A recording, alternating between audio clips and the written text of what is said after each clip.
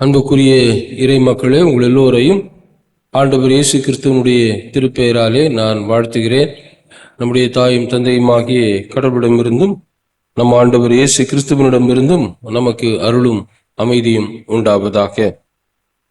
ஒவ்வொரு நாளும் இந்த காலை தியான வழிபாட்டிலே நாம் என்ன நோக்கத்தோடு, ஜெபத்தோடு, பொருத்தனையோடு, உபவாசத்தோடு பங்கு பெறுகிறோமோ அதனை ஆண்டவர் நிச்சயம் நம்முடைய வாழ்வில் நிறைவேற்றி தருவாராக. இந்த ஆண்டு தவக்காலத்திலே நாம் பாவத்தின் பரிமாணங்கள் என்கின்ற செம்பொருளில் ஒவ்வொரு நாளும் ஒவ்வொரு தலைப்பின் கீழ் நாம் சிந்தித்துக் கொண்டு வருகிறோம். இந்த நாளிலே நாம் சிந்திக்க இருக்கின்ற தலைப்பு அன்பு கூறாமை பணியாமை பாவம் என்கின்ற தலைப்பிலே நாம் சிந்திக்க இருக்கிறோம்.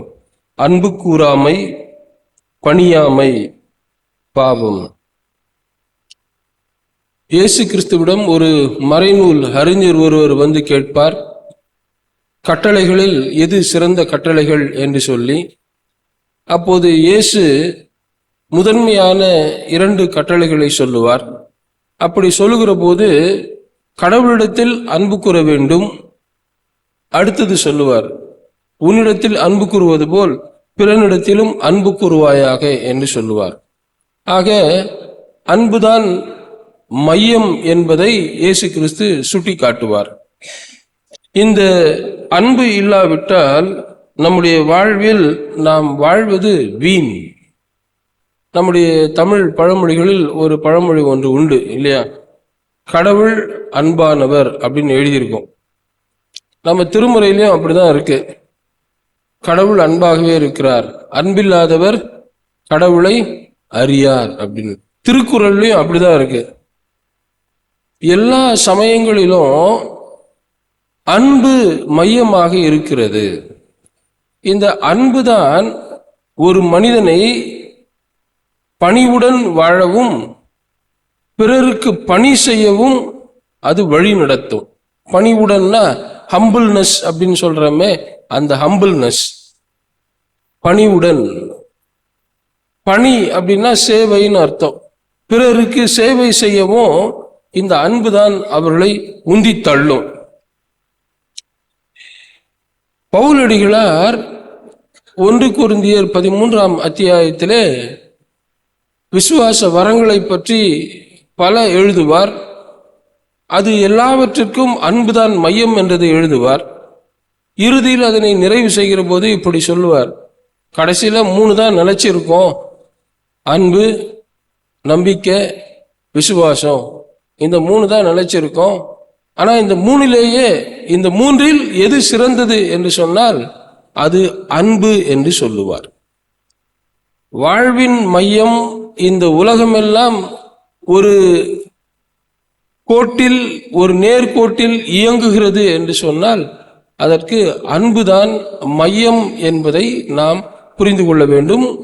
இந்த சிலுவையும் கடவுள் நம்மீது வைத்த அன்பையும் இயேசு கிறிஸ்து நம்மீது வைத்த அன்பையும் வெளிப்படுத்துகின்ற ஒரு சின்னம் என்பதை நாம் மறந்து போய்விடக் கூடாது.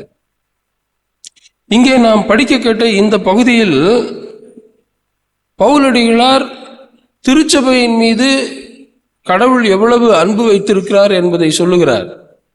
அப்படி சொல்லுகிற போது கணவனும் மனைவியும் ஒருவருக்கு ஒருவர் எப்படி அன்பாக இருக்க வேண்டும், வாழ வேண்டும் என்பதையும் இங்கே சொல்லுகிறார்.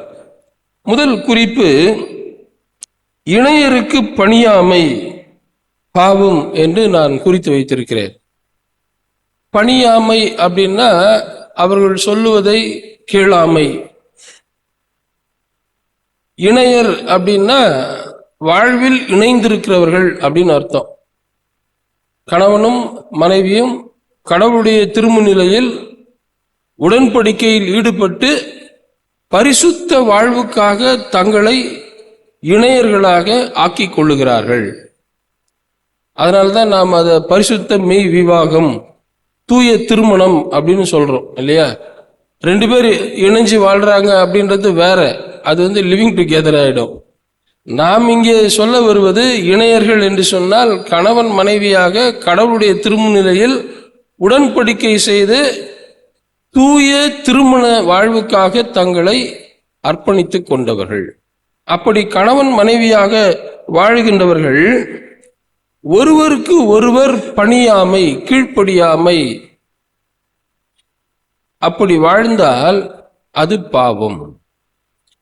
இங்கே 21ஆம் வசனத்தில் இப்படி இருக்கிறது, கிறிஸ்துவுக்கு அஞ்சி ஒருவருக்கு ஒருவர் பணிந்திருங்கள். பணிந்திருங்கள் இல்லையா? ஒரு திரைப்பட பாடல் ஒன்று இருக்கும், பதவி வரும்போது என்ன வேணுமா? பணிவு வர வேண்டும். அப்படியானால் நம்முடைய வாழ்வில் நாம் எவ்வளவு தூரம் பணிந்து போகிறோமோ,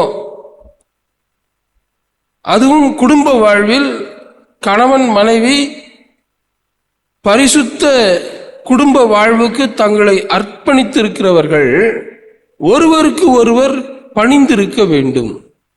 இன்னைக்கு பல குடும்பங்கள்ல இருக்கிற சிக்கல், போராட்டம், பிரச்சனை இந்த பணிந்து போகாமையால் வருகிறது. இப்படி நாம் பணிந்து போகிற போது நாம நினைச்சு கூடாது, நான் அப்பனா அவருக்கு அடிமையா? அப்படி இல்லை. இந்த உடன்படிக்கை உறவில் நானும் அவரும் வாழ்வானாலும் சாவானாலும், இன்பமானாலும் துன்பமானாலும், நோயானாலும் வாழ்வானாலும் 2 பேரும் இணைந்து செல்லுவோம் என்று நாம் வாக்கு கொடுத்திருக்கிறோமே, அந்த வாக்கை காப்பாற்றுவதற்கு அடையாளம் பணிந்து போவது. இந்த பணிவு எப்போது வரும் அப்படின்னா, அன்பின் மிகுதி இருக்கிற போதுதான் வரும். அப்படி இல்லை, அன்பு குறைவா இருக்குன்னா, நான் எதுக்குங்க பணிஞ்சு போனோம்? அவரை மாதிரியே நானும் சம்பாதிக்கிறேங்க. அவர் ஐடியில் 1 லட்சம் ரூபாய் வாங்குறாரு, நானும் 1,05,000 ரூபாய் வாங்குறேன். அப்புறம் நான் எதுக்கு அவருக்கு பணிஞ்சு போனோம் அப்படின்னு சொல்லுவாங்க. இல்லைன்னா கணவர்கள் சொல்லுவார்கள், நான் எதுக்கு இங்கே பணிஞ்சு போனோம், நானும் ஈக்குவல் தான், ஈக்குவல் ஸ்டேட்டஸ் தான். அவங்க அப்பா பெரிய பணக்காரனா, எங்கள் அப்பாவும் பெரிய பணக்காரு, நான் எதுக்கு அவங்களுக்கு பணிஞ்சு போனோம், நான் ஆம்பளைங்க அப்படின்னுவாரு. இப்படி பல்வேறு சிக்கல்கள் வரும். ஆனா இந்த சிக்கல்கள் எல்லாம் மறைவதற்கு ஒரு அடையாளம், ஒரு நன்மை, ஒரு நல்ல காரியம், இந்த சிக்கல் எல்லாம் போகணும் அப்படின்னா எது மருந்தாக தீர்வாக இருக்கும் என்று சொன்னால் அது அன்பு. அன்பு எங்கே இருக்கிறதோ அங்கே இந்த பணிவு இருக்கும். இந்த பணிவு இருக்கும். பணிந்திருப்பது மதிப்பையும் மாண்பையும் வெளிப்படுத்தும். கிறிஸ்து இயேசு பிதாவாகிய கடவுள் மீது மிகுந்த அன்பு வைத்திருந்தார். அவருக்கு பணிந்து வாழ்ந்தார். சிலுவை மரணம்ன்றது ரொம்ப கோர மரணம், அவமான மரணம். ஆனாலும் தந்தையாம் கடவுள் மீது வைத்த அன்பினால் கடைசி வரைக்க சிலுவை மரண பரியந்தம் அவர் பணிந்திருந்தார். அப்படி அவர் பணிந்து சென்றதுனாலதான் இன்றைக்கு நீங்களும் நானும் இயேசுவுக்கு அவ்வளவு மதிப்பும் மரியாதையும் நாம் கொடுக்கிறோம். பணிவு மதிப்பையும் மரியாதையையும் வெளிப்படுத்துகின்ற ஒரு செயல். இணையர்கள் என்று வந்துவிட்ட பிற்பாடு நீயா நானா அப்படின்ற அந்த எண்ணமே கணவன் மனைவிக்குள் வந்துவிடக்கூடாது. ஏன்னா அதுக்கு பேரே இணையர் அப்படின்னு சொல்றோம். இணை அப்படின்னா என்ன அர்த்தம்? ஈக்குவல் அப்படின்னு அர்த்தம் இல்லையா? கணவன் மனைவி அப்படின்னு சொல்லுவாங்க. நல்ல தூய தமிழ்ல சொல்லணும்னா இணையர். இணையர் அப்படின்னா இருவரும் சமநிலையில் இருப்பவர்கள். திருமுறையும் நமக்கு அதை தான் சொல்லுது. கடவுள் அவர்களை படைக்கின்ற போது ஆணும் பெண்ணுமாக அவர்களை படைத்தார். இருவரையும் சமமாகத்தான் அவர் படைத்திருக்கிறார். இந்த சமநிலை வர வேண்டுமேயானால் ஒருவருக்கு ஒருவர் நாம் பணிந்து வாழ வேண்டும். இல்லைங்க, ஆண்கள் தே ஆர் பவர்ஃபுல் அப்படின்னு நாம மசில் பவரை வச்சு மட்டும் எப்பவுமே சொல்ல முடியாது. ஆண்களுக்கு இவ்விதமான திறமை வலிமை இருக்கிறது என்று சொன்னால், பெண்களுக்கு வேறு விதத்தில் திறமையும் வலிமையையும் ஆண்டவர் அருளி இருக்கிறார். ஒரு பேறுகாலம்ன்றத நம்ம சாதாரணமாக நினைக்கிறோம். ஒரு பேறுகாலன்றது 240 எலும்புகளை உடைச்சா, ஒரே நேரத்தில் உடைச்சா எவ்வளவு வேதனை வருமோ அவ்வளவு வேதனை தரக்கூடிய ஒன்று அது. ஆனால் அதை அவர்கள் தாங்கி அதிலிருந்து மீண்டு வருகிறார்களே, அப்படியானால் யார் வலிமையானவர்கள் என்று இறையியலாளர்களும் சரி உளவியலாளர்களும் கேட்கிறார்கள். இணையர் இருவரும் சமம், அவர்கள் ஒருவருக்கு ஒருவர் பணிந்திருக்க வேண்டும் என்று பவுலடிகளார் இங்கே அறிவுரையாக அவர்களுக்கு கூறுகிறார். நாம பாவம்னா எதோ அப்படின்னு நினைச்சுக்கிறோம். ஆனால் இந்த கணவன் மனைவிக்கும் மனைவி கணவனுக்கும் பணிந்து நடக்காவிட்டால் அதுவும் பாவமே என்பதை நாம் புரிந்து கொள்ள வேண்டும். நான் ஒன்றும் பெருசா யாரையும் கொலை செய்யல, பொய் சாட்சி சொல்ல, திருடல. ஆனால் நான் என்னுடைய மனைவிக்கு பணிய மாட்டேன்,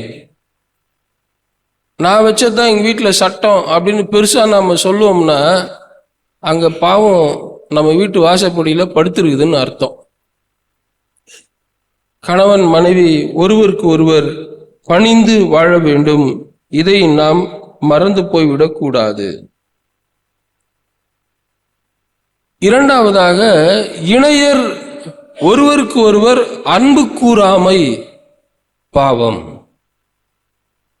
25ஆம் வாக்கியத்தில் இப்படி இருக்கிறது: திருமணமான ஆண்களே, கிறிஸ்து திருச்சபையின் மீது அன்பு செலுத்தியது போல் நீங்களும் உங்கள் மனைவியரிடம் அன்பு செலுத்துங்கள். ஏனெனில் கிறிஸ்து திருச்சபை மீது அன்பு செலுத்தி அதற்காக தம்மையே ஒப்புவித்தார். 28ஆம் வாக்கியம் இப்படி இருக்கிறது: அவ்வாறே கணவர்களும் மனைவியரை தம் சொந்த உடல் என கருதி அன்பு செலுத்த கடமைப்பட்டிருக்கிறார்கள். தன் மனைவியின் மீது அன்பு செலுத்துகிறவர் தன் மீதே அன்பு செலுத்துகிறவர் ஆவார். தன் மனைவியிடம் அன்பு கூறுகிறவர் தன் மீதே அன்பு கூறுகிறார் என்று பொருள். என்ன யோசிக்கிறீங்க? ஒருத்தர் மனைவி மேல அன்பு கூறுறார் அப்படின்னு சொன்னா அவர் யார் மேல அன்பு கூறுறாருன்னு அர்த்தம்? அவர் மீதே அன்பு கூறுகிறார் என்று அர்த்தம். அப்போ உன்னிடத்தில் அன்பு கூறுவது போல் அப்படின்னா, நாம நம்மிடத்தில் அன்பு கூறுகிறோமே, என் தலை ஒழுங்கா இருக்கா, என் ட்ரெஸ் ஒழுங்கா இருக்கா அப்படின்னு பார்க்குறோமே, அதுக்கு என்ன அர்த்தம்னா நாம மனைவியிடம் அன்பு கூறுகிறோம் என்று அர்த்தம். நாம் மனைவியினிடத்தில் அன்பு கூறுகிறோம் என்று சொன்னால் என் மீதே நான் அன்பு கூறுகிறேன் என்று பொருள். அதுபோல மனைவி கணவனிடம் அன்பு கூறுகிறார் என்று சொன்னால் அவர் தன் மீதே அன்பு கூறுகிறார் என்று பொருள். இந்த அன்புதான் அவர்களுடைய வாழ்வின் மையமாக இருக்க வேண்டும். இந்த அன்பு எங்கே ஓங்கி இருக்கிறதோ அங்கே தற்பெருமையோ, அங்கே நான் என்கின்ற அகங்காரமோ, பிறருக்கு தீமை செய்ய வேண்டும் என்கிற எண்ணமோ ஒருபோதும் வராது. இப்பெல்லாம் பார்த்தீங்கன்னா கணவன் மனைவிடைய பயங்கர போட்டி பொறாமையா ஆயிப்போச்சு. இந்த இதை நீ செஞ்சு முடிச்சியா, இந்த இதை நான் எப்படி என் திறமையால செஞ்சு முடிக்கிறேன் பாரு. ஒரு காம்படிட்டிவ் வேர்ல்ட்ல நாம எல்லாருமே இருக்கிறோம், இல்லைன்னு சொல்லலை. ஆனா அந்த காம்படிஷன் இப்போ உறவுக்குள்ள, கணவன் மனைவின்ற உறவுக்குள்ள நீ இதை சரியா செஞ்சு முடிக்கிறியா, நான் இதை சரியா செஞ்சு முடிக்கிறேன்னா என்று அந்த ஒரு போட்டி மனப்பான்மைக்குள் சரியா செய்யலைன்னும் போது பிறரை குற்றம் சொல்றதும் குறை கூறுவதும் அவளை இழிவாக பார்ப்பதும், பத்தியா இதனால்தான் பொம்பளைங்க கிட்ட எந்த வேலையும் நாங்கள் கொடுக்கறது இல்லைன்னு சொல்றதும், இதனால்தான் பத்தியா உன் லட்சணம் தெரியாது, உன் ஆம்பளத்தனம் தெரியாது, இதனால்தான் உங்ககிட்ட எந்த வேலையும் நான் கொடுக்கறது இல்லைன்னு பெண்கள் சொல்லுவதும் பாவமாக மாறிவிடுகிறது.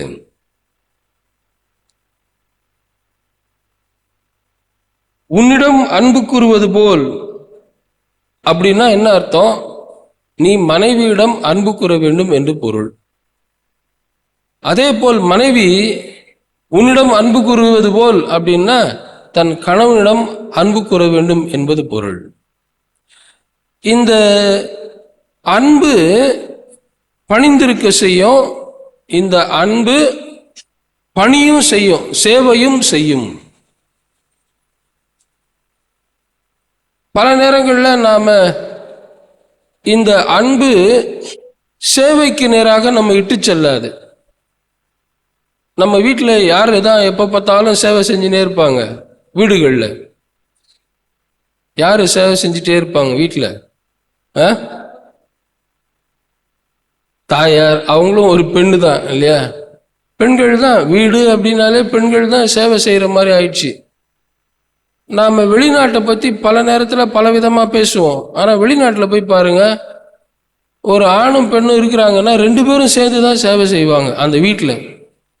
அதனால தான் நம்ம திருமண வழிபாட்டில் கூட அந்த வழிபாட்டில் இருக்கும், கணவனும் மனைவியும் இணைந்து ஒருவருக்கு ஒருவர் வீட்டின் கடமைகளை சேர்ந்து நிறைவேற்றி அப்படின்னு வரும். நம்முடைய வீட்டின் கடமைகளை இருவரும் சேர்ந்து நிறைவேற்ற வேண்டும், ஒருவருக்கு ஒருவர் சேவை செய்து கொள்ள வேண்டும். இந்த சேவை மனப்பான்மை எப்போது வரும்? அன்பு மிகுந்திருக்கிற போது தான் வரும். அதனால தான் இயேசு சொல்லுவாரு, நான் குரு போதகர், ஆனால் நானே உங்களுடைய கால்களை கழுவுகிறேன் என்று சொன்னால் நீங்களும் ஒருவருக்கு ஒருவர் உங்கள் கால்களை கழுவுங்கள் அப்படின்னு சொல்லுவார். அது எதை குறிப்பிடும்படி அப்படி சொல்லுகிறார்? அன்பு உங்கள் மீது மையமாக இருக்க வேண்டும் என்று அதை குறித்து சொல்லுகிறார். ஒருவர் பிறர் மீது அன்பு கூற தவறுகிற போது அங்கே விரிசல் ஏற்படுகிறது, பிளவு ஏற்படுகிறது, குடும்பங்கள் பிரிந்து போய் விடுகிறது. கணவன் ஒரு 6 மாசம் மனைவி கிட்ட பேசாம வெறுப்பா இங்கேயும் அங்கேயும் போயின்னு வந்திருந்தாருன்னா அது வேற வேற வேற வேற பிரச்சனையில் எடுத்துன்னு போய் முடிச்சிடும். அதே போல் மனைவி கணவனிடம் ஒரு 6 மாசம் பேசாம இருக்கிறாருன்னா வேற யாரோ வந்து பேசிடுவாங்க அவர்கிட்ட. சொல்ல வருது புரியுதா உங்களுக்கு? வேற யாரோ ஒருத்தர் ஒரு அன்பான வார்த்தைகள் 2-3 பேசிட்டா அந்த இணைப்பு அருந்து விடும். ஏங்க அப்படி பண்ணீங்க? அந்த டைம்ல எனக்கு ஆறுதலா பேசினாங்க, அவங்க என் மேல அன்பு செலுத்தினாங்க. இந்த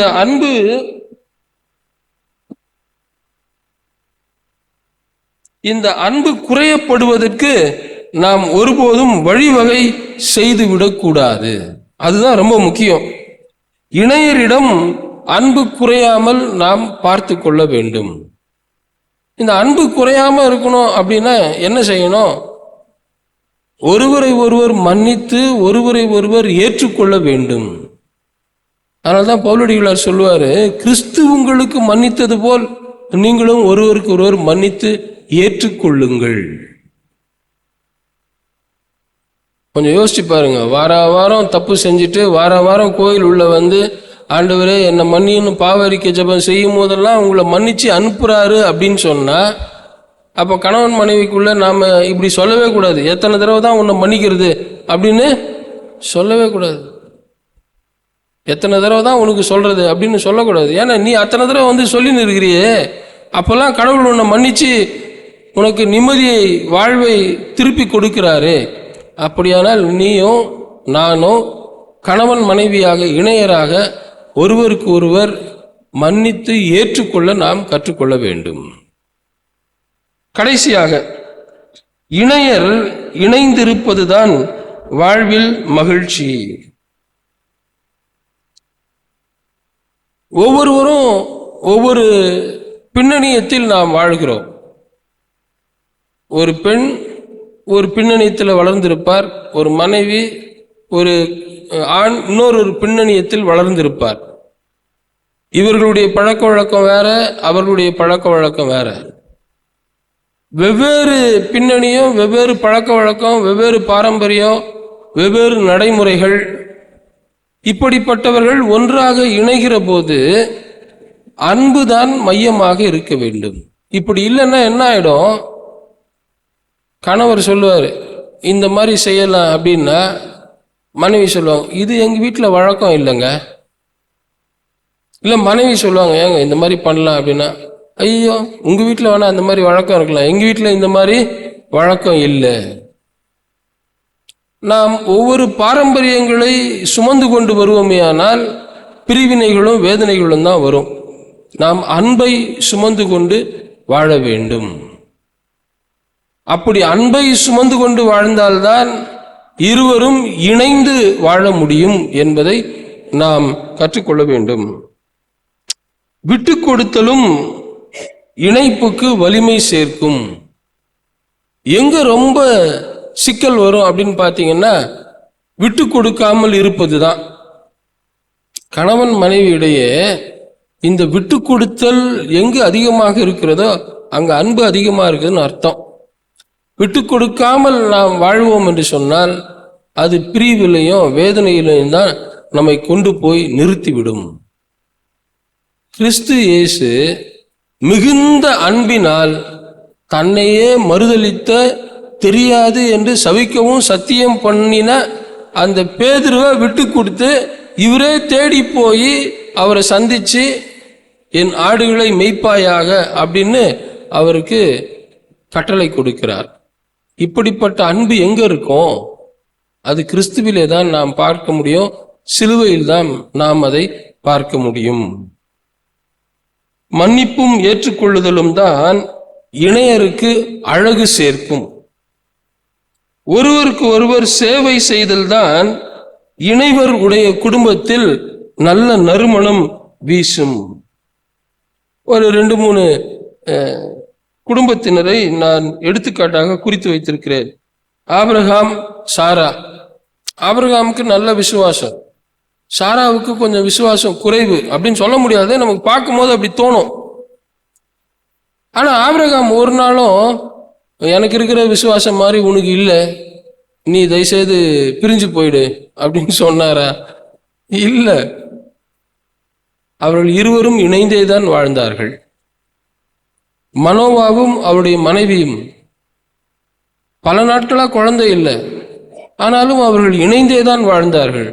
உன்கிட்ட தான் குறை இருக்குது, என் கிட்ட தான் குறை இருக்குது அப்படிலாம் எதுவுமே சொல்லலை. இருவரும் இணைந்தே வாழ்ந்தார்கள். கடவுள் அவருடைய வாழ்விலே மிகப்பெரிய அற்புதத்தை செய்து சிம்சோன் அவர்களை பெற்றெடுக்கும்படி அவர்களுக்கு அருள் பாராட்டினார். அன்னாள் எல்கானா சொல்வாரு, 10 குமாரர்களை பார்க்கலும் நான் உனக்கு அதிகம் அல்லவா? என்ன மாதிரி ஒரு ஆறுதலான வார்த்தை பாருங்க. நாம எந்த கணவராவது எந்த மனைவிடமாவது இப்படி சொல்லியிருப்போம்னு நினைக்கிறீங்க? நேற்றுக்கிடி சும்மா எழுதுனுங்கிற கோயிலுக்கு போகும்போது கூட வருஷம் உனக்கு இதே தொல்லையா போச்சு, அவ ஏதாவது சொன்னா காது கேட்காத போயின்னுற அப்படிதான் நாம சொல்லியிருப்போம். ஆனா அவர் சொல்றாரு, ஏமா கவலைப்படுற, அந்த அம்மாவுக்கு 2 குழந்தைங்க தானே இருக்குது, நான் உனக்கு 10 குமாரர்களை பார்க்கிலும் அதிகம் அல்லவா? இப்படி ஒருவருக்கு ஒருவர் அவர்கள் இணைந்து இசைந்து வாழ்ந்ததால் தான் திருமறையில் அவருடைய பெயர்கள் எல்லாம் பதிவு செய்யப்பட்டிருக்கிறது. அதிலும் குறிப்பாக மரியாளும் யோசேப்பும் மிக சிறந்த இணையர்கள். திருமணம் ஆவதற்கு முன்பாகவே கர்ப்பமாகிவிட்டார். இந்த செய்தி யோசேப்புக்கு தெரியுது. தள்ளிடலாம், ரகசியமா தள்ளிவிடலாம் என்று எண்ணுகிறார். அப்புறம் சாமி சொல்றாரு, அப்பா நீங்க 2 பேர் உடன்படிக்கை செஞ்சிட்டீங்க, மன ஒப்பந்தம் ஆகிவிட்டது, இதிலிருந்து நீ பிரியக்கூடாதுப்பா, நீ சேர்ந்து வாழ். அவரிடம் தூய ஆவியாரால் கரு உருவாகி இருக்கிறது என்று சொல்லுகிறார். சேர்ந்து வாழ்றார். அதுல நீங்க படிச்சு பார்த்தீங்கன்னா, மரியாள் தன் முதல் பேரானவனை பெற்றெடுக்கும் வரை யோசேப்பு தன் மனைவியாகிய மரியாளை அறியாதிருந்தார்னு இருக்கும். அவரை தொடல. என்ன ஒரு கண்ணியமான ஒரு தம்பதிகள் பாருங்கள். இதெல்லாம் எப்படி சாத்தியமாகும் அப்படின்னா, அன்பு மையமாக இருக்கிற போது இவை எல்லாம் சாத்தியமாகும். ஏங்க நான் ஒரு மாதிரிங்க, என் மனைவி ஒரு மாதிரிங்க, 2 பேருக்கும் செட் ஆகாது அப்படின்னு சொல்லக்கூடாது. ஒரு மாதிரி இருந்தால் தான் செட் ஆகும். எப்படி காந்தம் பார்த்தீங்கன்னா ஒரே ஒரு பக்கம், 2ம் நார்த் போல் வச்சிங்கன்னா என்ன பண்ணும்? தள்ளும். நார்த் அண்ட் சவுத்து வச்சிங்கன்னா தான் ஒட்டும். மனித படைப்பு அப்படித்தான் இருக்கிறது. ஆண் ஒரு விதமாக இருப்பார், பெண் ஒரு விதமாக இருப்பார். ஆனால் அவர்கள் இருவரும் சேருகிற போதுதான், ஒற்றுமையாக வாழ்கிற போதுதான் மனிதம் மலர்ந்திருக்கும். கடவுளில் சாயலில் படைக்கப்பட்ட இருவரையும் அன்பு ஆட்கொள்ளுமே ஆனால் அவர்கள் எப்போதும் இணைந்தே வாழ்வார்கள் என்பதில் எவ்விதமான ஐயம் இல்லை. இந்த சிந்தனையோடு நாம் இந்த நாளை துவங்குவோம்.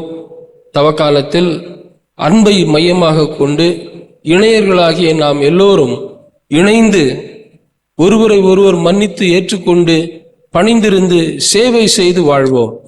இறை குடும்பங்களாக நாம் வாழ்வோம். இறை அருள் நம்மோடு இருந்து நம்மை ஆசீர்வதித்து வழி நடத்துவதாக. ஆமென்.